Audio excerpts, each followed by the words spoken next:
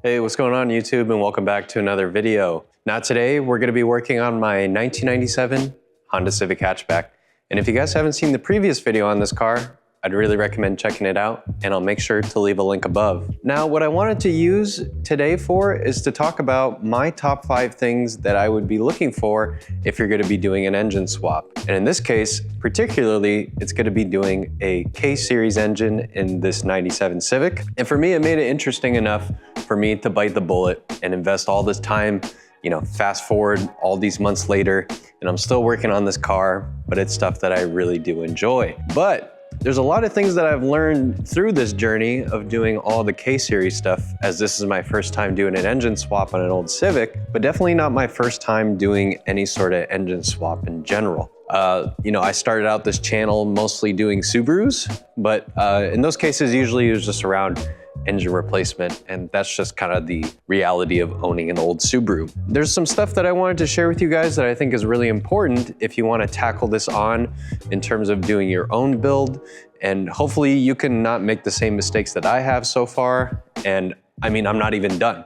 There's still a lot of stuff that I have to do in terms of this K-swap in particular. And I think the biggest thing is really just waiting for parts and stuff like that. But with that being said, let's get into the nitty-gritty. So my first piece of advice for you is to plan as much as you can.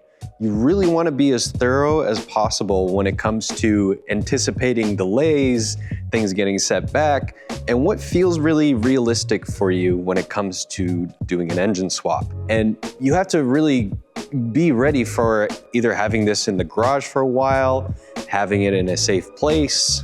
I mean, if you left this on the street with all these parts, for example, something could happen. So this is all stuff that you want to bring into consideration. And I've tried my best to, be optimistic in terms of like all the stuff that needs to be done, as well as planning this out in a timeline. And yes, my agenda is going to be a little bit different than your guys's, because I'm really using this to be able to provide as much content and knowledge to you guys. But at the same time, you have to be really aware of like what feels good. So like if you gathered your buddies and you were gonna do an engine swap in a day, for example, you can do it. Is it gonna be pleasant for you? Probably not. So that's something that you also have to think about too. So I'll even give you a little bit of a glimpse as to where I'm at with the K-Series right now. I'm gonna be taking off the oil pan and timing cover to do some stuff with it. Here's where it sits, and doing it on the engine stand and just having it in a place where I can just come to it, do whatever I need to do, and then move on. And there's no stress on my end to get it done as soon as possible. Now, my second tip for you guys is to stay as organized as humanly possible, because you're really gonna thank yourself later. So you might be wondering why I'm looking at this decrepit old cardboard box that I've had to move a gazillion times. But this is where I'm currently housing a lot of the important stuff to me, and I've done my best to just try and stay as organized as possible. If you want these little parts bags, you can get these on Amazon. They're really cheap. Or you can even just get like the regular sandwich bags from your grocery store. It doesn't matter, but you just have to make sure that you label all this stuff, because you don't want to be sifting through random bags that aren't labeled, where you don't know where things are at. And even to this day, since I'm taking this kind of a day at a time and also filming content, I have to be as organized as humanly possible. Again, all of these boxes in here, I've tried my best to make sure that they're all organized so that I can go and look at them later if I need anything. And then with this, I have like the more sensitive stuff, like the timing chain guides, for example. Like I don't want to just like shove these in a box and they get crushed for whatever reason. So this is the one where if it's the more delicate things that I'm going to need later, I put it in a safe spot just like this. Really, this is the stuff that's going to make a huge difference when you're doing your build. Now, my third tip is that you want to have the right tools. It could be really easy just to go and get like the cheapest Harbor Freight set of chrome ratchets and sockets and be able to, put something together, especially on an old Civic. But I think as you dive in more deeper, especially like the stuff that I've been doing with the BMW, I learned that sometimes you need those specialty tools. For example, I'm thinking like on an E36, you need the little fan clutch tool so that you could take off the fan on those cars. And it really does make a difference to have not just the right tools, but the one that is going to be more beneficial for your job with whatever you're doing. So the one tool that I've been using the most that I feel like has been really helpful for me has actually been this guy right here. So this is what I use almost on a daily basis. What I like about it the most is just like the versatility. So this is not the full 1/2 inch impact. This is just a 3/8 gun that I can use for taking off a lot of stuff, and really beneficial in making things just go a lot quicker for you. You can even use the Milwaukee electric ratchets. It doesn't have to be Milwaukee. They have so many other brands out there. Even my friend that installs mailboxes, he uses Ryobi, but it's so funny to see people in the comments on his content always mentioning that. Another thing too is I feel like a lot of people with the chrome sockets versus the impact sockets, you know, it's easy to pick up a chrome socket, put it onto compressed air ratchet or air gun in general, but it really does make a difference, especially when you start getting more weighted sockets. So like this is the stuff that I typically use here. So this has a little bit more weight so that when you attach it, it actually drives that force through the socket itself. And this is like the sockets that I use to take off the crank pulley, which is like a very notorious thing, especially on the K series that gets stuck. And all I needed to use was just the 1/2 inch impact, and boom, took it right off. So if you do that with a chrome socket too, you run the risk of, you know, injury, because if the chrome, for whatever reason, under too much load explodes, that's not gonna be a very pleasant scene for anybody there. Also, you wanna make sure you wanna torque things down. It really helps too to also have a breaker bar on hand so that you can be able to pry off stuff that's been sitting there for a while. If stuff is rusty, you wanna make sure to hit it with penetrating oil, things of that sort. Are you using the right size drill bits?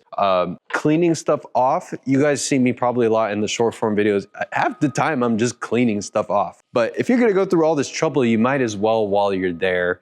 Again, I think at the pace that I'm going at, I'm more into the details, but it doesn't really need to be completely necessary for putting engine swap back together. It is what it is. And my next tip is to always anticipate everything is gonna go wrong. The reason that I say that is things will go wrong, and if you're able to lower your expectations about when things don't go the way you want them to, this is gonna be a huge benefit for you in terms of your own mental well-being. So I'm gonna give you an example of something that happened to me that I was not expecting to happen at all. So it actually has to do with this engine stand that almost completely took me out of commission when it comes to this build. So as you probably will notice once we get a little bit closer here, that you're probably wondering why I have this tastefully clapped innovation with all of these random bolts, washers, and whatever I could find in between to hold this. So you have to order these specialty size bolts to put this on the engine stand. You're running a flywheel and a clutch. This was a mistake that I made. I probably should have waited until doing the engine transmission, but I got excited and I wanted to do it, film the content for you guys. And again, that was really awesome collaboration that I got to do with Action Clutch. At the end of the day, it kind of bit me later on. So I used these bolts that were just a hair too short. So these are the specialty bolts that I got for this.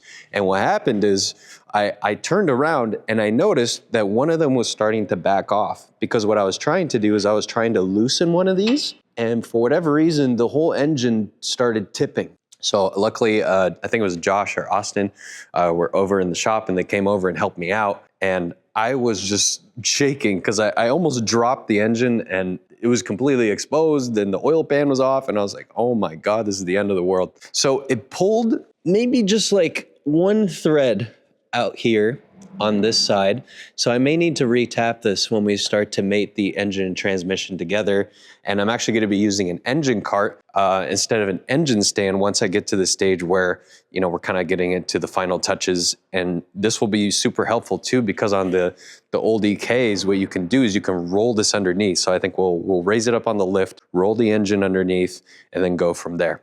So that was a nightmare I was not anticipating. And of course, to get these specialty bolts, I had to wait like 7 to 8 business days. So I just had this on a pallet for the time being, and I don't think you guys saw that, but that was just something that I had to deal with, and that was just like my reality at the time. This was just something that I had to deal with, you know, and these things are gonna happen. I think with almost any sort of build, engine swap, anybody can tell you that this stuff is gonna happen, but it's really the attitude that you have towards it. I mean, you're one broken bolt away from complete disaster anytime you're working on anything. I mean, it's happened to me, it's happened to my friends, heck, it's even happened to my dad, and my dad's been a mechanic for over 40 years. He's the one that got me into all of this mess, you know? So as long as you can be positive when things don't go your way, I think it will be really beneficial for you to be able to enjoy this stuff. And my final tip for this video for you guys is just to know that you need to enjoy the journey. All of this stuff is really gonna fly by, and I think that's one of the somber things that I think about, especially with this build, since I've been putting so much focus and emphasis on it, is that I'm actually more sad about when it's gonna be over rather than where I'm at right now with the journey. It's one of those things like you play it in your head so many times and you have like an idea of what it's gonna be like. And then once you're done with it, you know, it just feels like there's a little bit of an emptiness. There's an ending of a chapter, if you will. And since I've been working on cars ever since I was like 12 or 13, I mean, even in high school, I got into flipping cars for a little bit, but I am way past that stuff now where I just do this as a complete hobby. But there was a lot of those cars where I went through that grieving process almost where, you know, you get attached to this stuff and it's hard to turn around and not be a part of that anymore and to move on to something else. And I'm sure with any hobby out there, that's gonna be all about it. And that's really the beauty of life, right? We only get to experience this stuff one time. So live it as authentically as you can so that you can have the best experience with it. And from there, you can really evaluate what your next move is gonna be. So especially with this stuff, I think in the beginning, it's really easy to get super eager and just be like, okay, I wanna crank this out, do it as quickly as possible, do all this stuff. But I mean, even an example of all this, you know, like me spending extra time doing the EG subframe, right?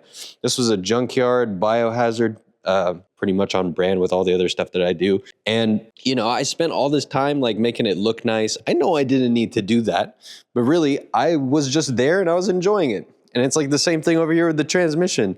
This was really filthy and disgusting, and cleaning it just felt like a sense of relief. And it makes me more excited now to put all this stuff back together because I'm taking my time with it. And for me, at least, I think that's gonna be the most beneficial thing when you're doing stuff like this. Or if you wanna get into cars, like I know a lot of you guys in the comments are always asking, you know, how do I get into cars? How did you get into cars? Where do I even start? And I think the biggest piece of advice I can even go off of this other piece of advice is the fact that you really can just surround yourself with people that have very similar interests with you. And you'd be amazed at just like the transformations that could happen over time. And if you're really still invested in this stuff, then you can kind of take the next steps. And the fact that we live in this day and age where the internet is so prominent and so available, you could really just take advantage of that and pretty much, you can do anything you want, you know? And I think that that will be the best way for you moving forward, especially when you're gonna be doing something like this with an engine swap. Let me know in the comments what kind of other videos you would like to see when it comes to the Civic. I'm really gonna be making an investment going forward with the long form videos. I do really appreciate your guys' continued support on the short form stuff, and that's definitely not going away. I'm just trying to take this one day at a time, especially with this little Honda that I've grown to love over time. And for me, I know I'm taking on so many things with so many different projects, but this one is gonna be my baby for a while.